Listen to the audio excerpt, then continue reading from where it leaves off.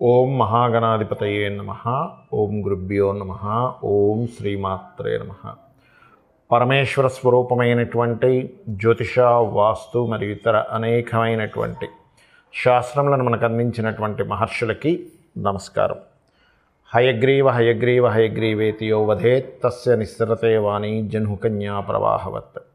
అరుణాం కరుణాతరంగితాక్షీం ధృతపాశాంకుశపుష్పబాణచాపాం అనిమాదిభిరావృతాం మయూకైః అహమిత్యేవ విభావయే భవానీం.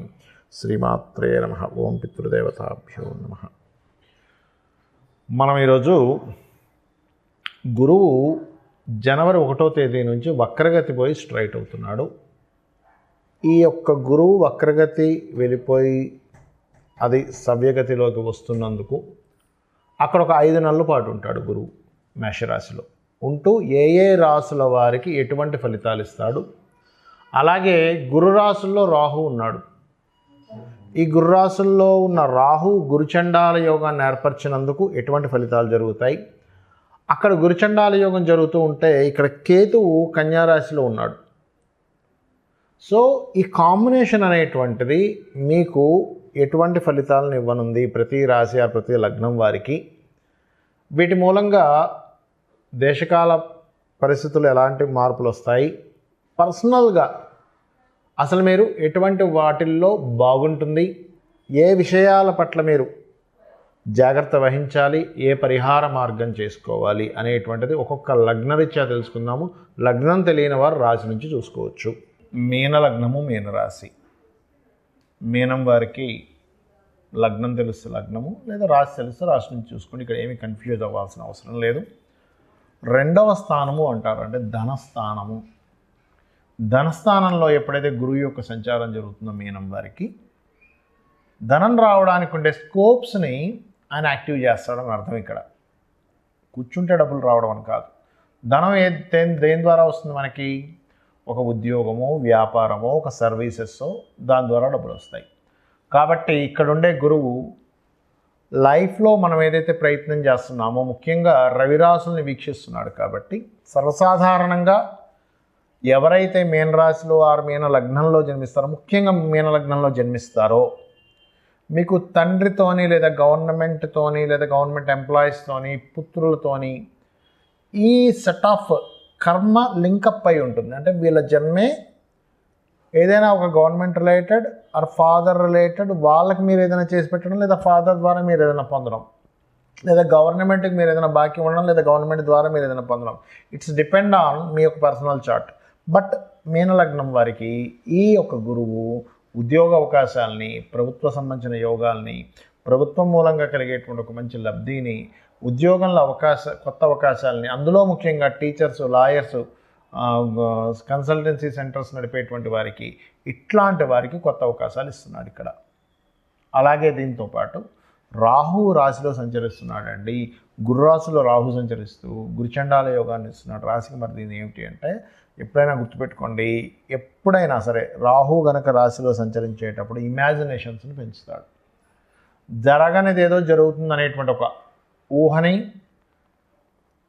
ఘోరంత జరిగితే కొండంత జరుగుతుందేమో అనేటువంటి భావనని, ఒక విషయం జరిగినప్పుడు దానివల్ల వచ్చే పరిణామాలు చాలా తక్కువ ఉంటాయి ఒక్కోసారి, కానీ ఎక్కువ ఉంటాయేమో దీని పరిణామాలు అనేటువంటి ఒక ఊహాజనితమైనటువంటి ఆలోచనని క్రియేట్ చేస్తుంటాడు. కాబట్టి ఈ యొక్క విషయంలో కొంత జాగ్రత్తగా ఉంటూ, ముఖ్యంగా గురువు నుంచి, అంటే జీవకారకుడి నుంచి 6లోకి అయితే సంచారం జరుగుతుంది. కాబట్టి పార్ట్నర్స్, అది లైఫ్ పార్ట్నర్ కావచ్చు, మన బిజినెస్ పార్ట్నర్స్ కావచ్చు, వీరి విషయంలో చాలా జాగ్రత్తగా 1కి 100 సార్లు ఆలోచన చేసుకుంటూ మీరు అడుగు ముందుకు వేయండి. మీరు తొందరపడి గనక మీరు అడుగు ముందుకు వేశారా, ఇది ప్రాబ్లమాటిక్ అవుతుంది. ఇది గుర్తుపెట్టుకోండి. తొందరపడి అస్సలు వేయకండి అడుగు. ఎందుకు అంటే ఇది 7th house Ketu, separation planet అంటారు కేతువుని.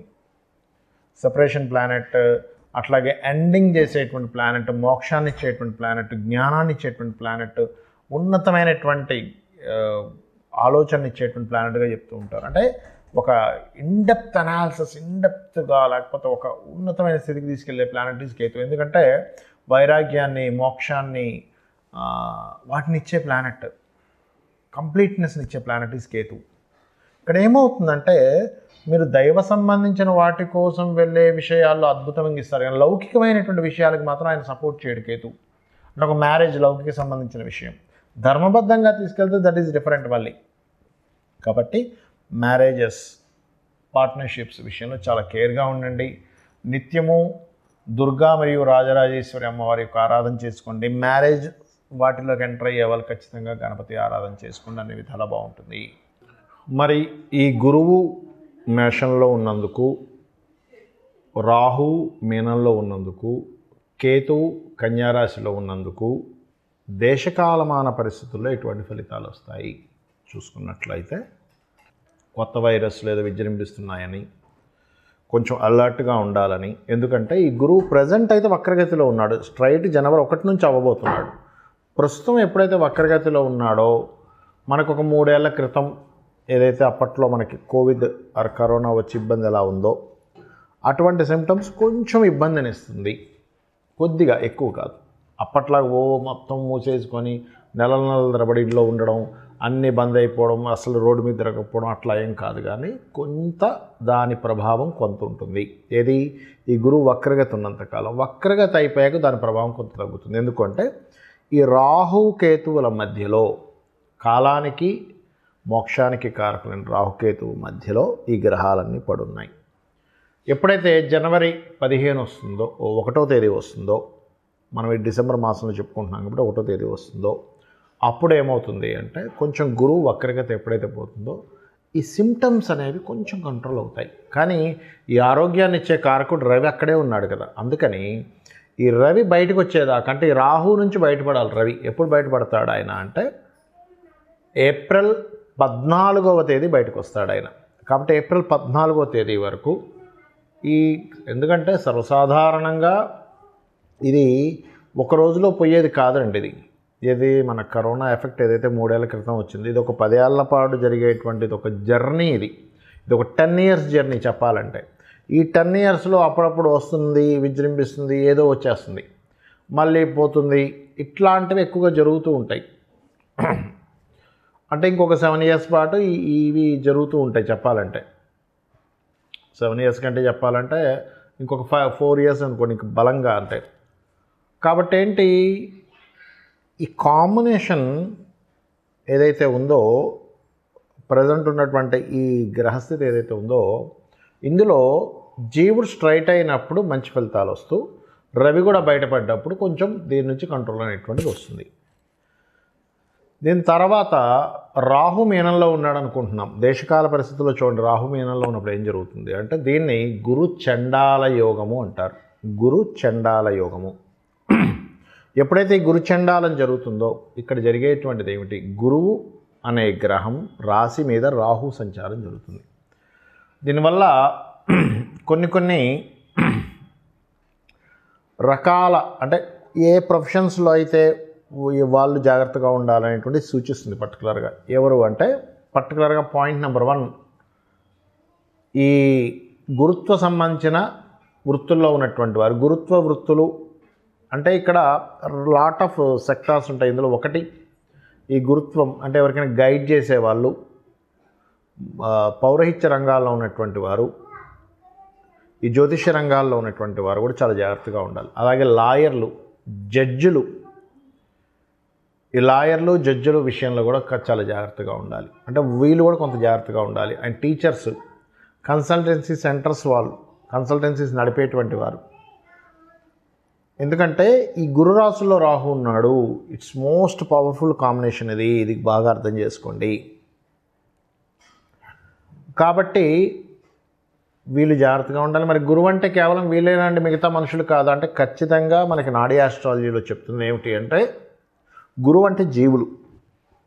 ఈ జీవులు మీద రాహు సంచారం జరుగుతుంది. అందుకే చూడండి, ఎవరైనా జాతకం తీసుకున్నప్పుడు గురురాహులు కలిస్తే గురుచండాల యోగం ఉందండి అంటారు. అంటే ఇప్పుడున్న కాలమాన పరంగా గురుచండాల యోగానికి చంద్రుడు కనుక కలిస్తే వాళ్ళు విదేశీ యోగాలకు వెళ్తారు, అంటే విదేశాల్లో జీవించడం జరుగుతూ ఉంటుంది.